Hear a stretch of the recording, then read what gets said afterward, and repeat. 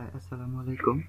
আজ আমরা এই ভিডিওতে দেখব how to change text colour. Okay, কিভাবে আমরা যে কোনো একটা টেক্সটের কালার চেঞ্জ করব। সো এর জন্য সময় বাঁচানোর জন্য আমি ওই ফোল্ডারের মধ্যেই, আমাদের প্রজেক্ট ফোল্ডারের মধ্যেই এলিভেন্ট টেক্সট প্রপার্টি .html নামে একটা ফাইল ক্রিয়েট করে রেখেছি অ্যান্ড এটার মধ্যে এই কন্টেন্টগুলো নিয়ে রেখেছি। ঠিক আছে, সিম্পল HTML এর বেসিক স্ট্রাকচার, দেন হচ্ছে দুইটা ট্যাগ নিছি, S2 and P ট্যাগ, আর সামান্য একটু কন্টেন্ট আছে এটার মধ্যে, দামি কন্টেন্ট, আর হচ্ছে CSS লেখার জন্য আমি স্টাইল ট্যাগটা নিয়ে রেখেছি। ঠিক আছে, সো যেটা আমি প্রতিবারই করি।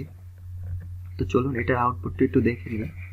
সো আউটপুট দেখার জন্য ফার্স্টে আমরা এই ফাইলটা লোকেশনে যাব, গিয়ে এটাকে ডাবল ক্লিক করে ওপেন করলাম। ঠিক আছে, সো দেখুন এটার সিম্পল এইটা আউটপুট, বাট আমরা তো এইভাবেই সবসময় ওপেন করলাম। আজ একটু অন্যভাবে আমরা ওপেন করি। চলেন, যারা ব্র্যাকেট ইউজ করেন না, থাক, এটা পরের ভিডিওতে দেখাবো। আচ্ছা, আমরা এটা এইভাবে ওপেন করে নিই। ওকে, তো এটা সিম্পল আউটপুট। তো চলুন এটার কালার, যদি আমরা colour, font colour, text colour change করতে চাই তাহলে কি করতে হবে।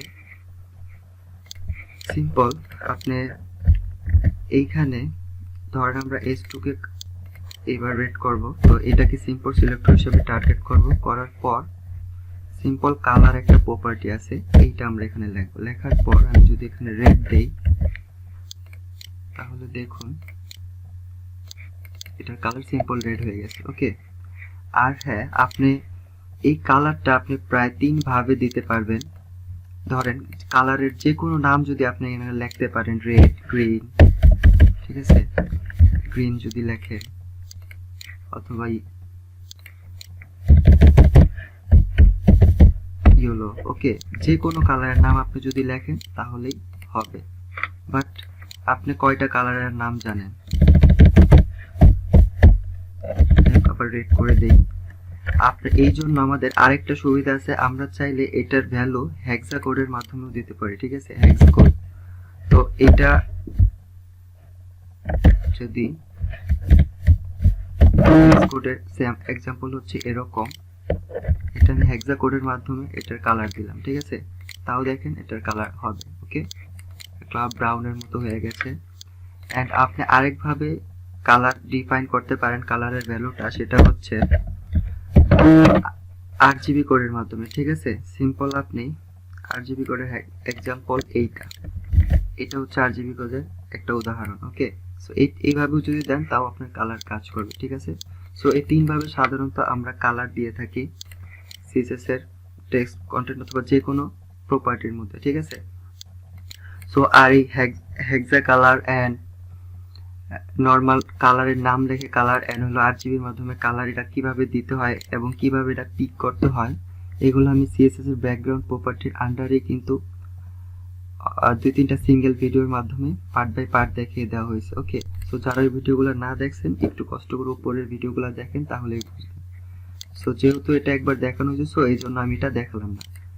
ওকে, আপনারা জাস্ট বলার, একটু মনে করার জন্য বলে দিলাম, 3বার ভাবে আপনি কালার দিতে পারেন আগের মতো, ব্যাকগ্রাউন্ডের কালার যেভাবে সেট করছিলেন। ঠিক আছে, সো ঠিক সেভাবেই ব্যাকগ্রাউন্ড কালার প্রপার্টির কালার যেভাবে সেট করতেন, সো এইভাবে শুধু টেক্সটের কালার ঠিক আগের মতোই 3 ভাবেই সেট করতে পারবেন, কালারের নাম দিয়ে, কালারের হেক্স কোড দিয়ে, অথবা কালারের RGB কোড দিয়ে। ঠিক আছে, আপনার যেভাবে ভালো লাগে।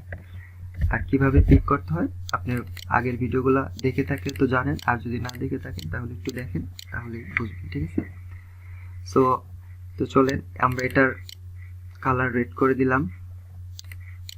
ওকে, দেন আমরা আরেকটা কালার দিয়ে দেই, টেক্সট সিলেক্ট করি, এটার কালার দিয়ে দেই। সরি, কালার আগে আমার নিতে হবে, কালার দেন হচ্ছে গ্রিন। ওকে,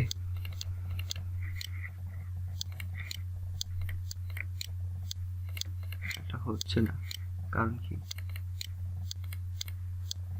আচ্ছা, গ্রিন স্পেলিং আমি ভুল করছি, দেখছেন?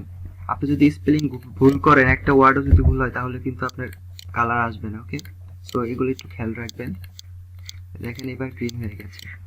তো আশা করি আর এইটা শুধু যে আপনি শুধু ট্যাগ সিলেক্টর দিয়ে কালার সিলেক্ট করতে চেঞ্জ করতে পারেন এরকম না, আপনি ক্লাস সিলেক্টর হতে পারে, আইডি সিলেক্টর হতে পারে, অথবা যত সিলেক্টর আছে সিএসএস এর সব ধরনের সিলেক্টরের মাধ্যমে আপনি কালার প্রপার্টি চেঞ্জ করতে পারবেন। ওকে, যে কোনো টেক্সটের।